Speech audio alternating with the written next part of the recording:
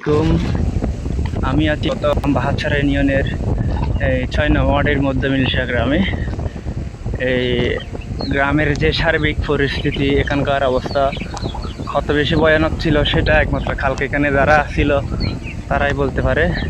তো এখানে আমি এখন বর্তমানে যে মেইন রোডে আছি, এখানকার রোডের অবস্থা দেখতে পাচ্ছেন। আমার কোমর সমান পানি রোডে।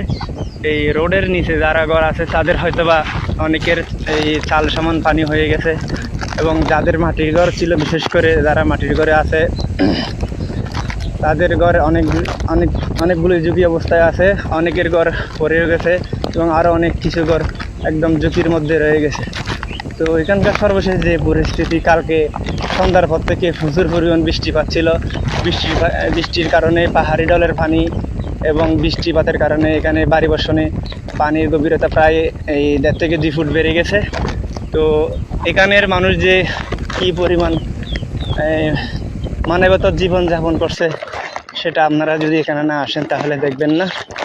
তো আমাদের এই গ্রামের অনেক ভিতরে হওয়ায়, 4 নং বাহাচ্ছাড়া ইউনিয়নের মধ্যে মিলসা গ্রামটা অনেক ভিতরে হওয়ায় এখানে আসলে বাইরে থেকে যারা সাহায্য সহযোগিতা করতে আসবে কিংবা আসবেন, তারা এখানে আসলে আসবে কিনা আমার আদৌ জানা নাই।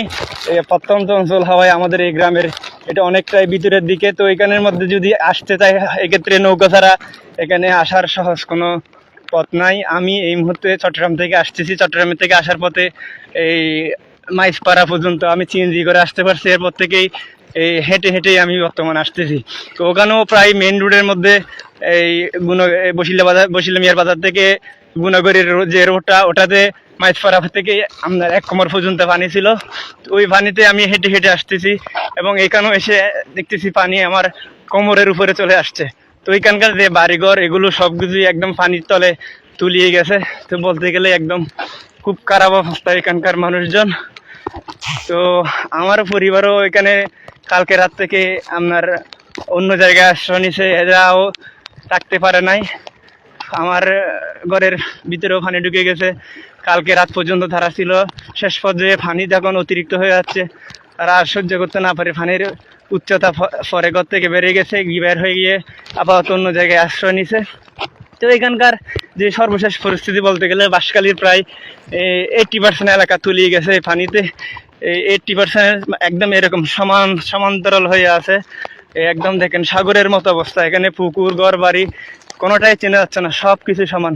তো এখানকার ডলের যে পানি ছিল, এই পানিগুলোর কারণে আপনার পানির উচ্চতা অনেক বেশি। তো এখানে আমার মেন রোডে এখানে কোমর সমান পানি।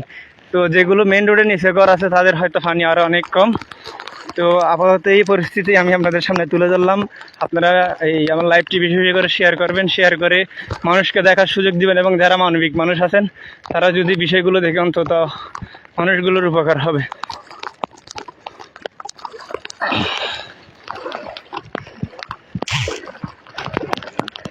হুঁকে দিতে লিখবেন, হুঁকে দেবেন।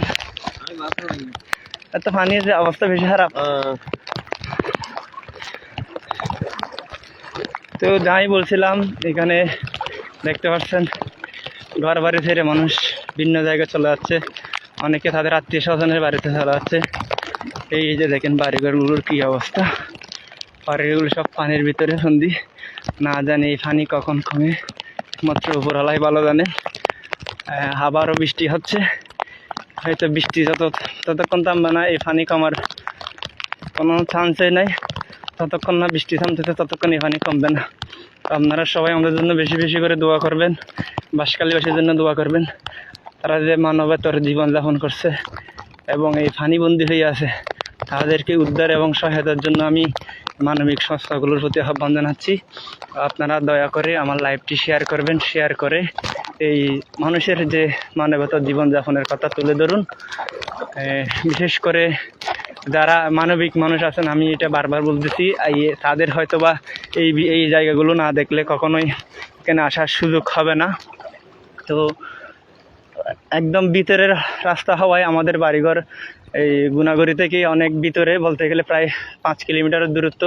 তো এখানে আসলে হেঁটে সে ত্রাণ দিবে সেটারও কোনো ব্যবস্থা নাই, বা এখানে যে এত কোমর পানির মধ্যে সাহস করে আসবে সেটারও কোনো আমি ব্যবস্থা দেখতেছি না। শুধু পানি আর পানি। এখানে আপনারা যদি সরজমিনে না আসেন কখনো বুঝবেন না। এখানে বর্তমানে যানবাহন হিসেবে যদি নৌকায় থাকতো, নৌকা নিয়ে সবার দূরগুড়া যাওয়া যাইতো।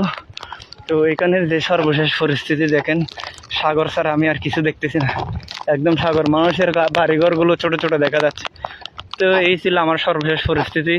তারা আমাদের জন্য দোয়া করবেন এবং ভিডিওটি শেয়ার করবেন, শেয়ার করে সবাইকে দেখার সুযোগ করে দিবেন। আপাতত এইটুকুই আমার কাছে আপডেট ছিল। আমি সর্বশেষ পরিস্থিতি নিয়ে আপনাদের সামনে আবারও হাজির হবে। আসসালামু আলাইকুম।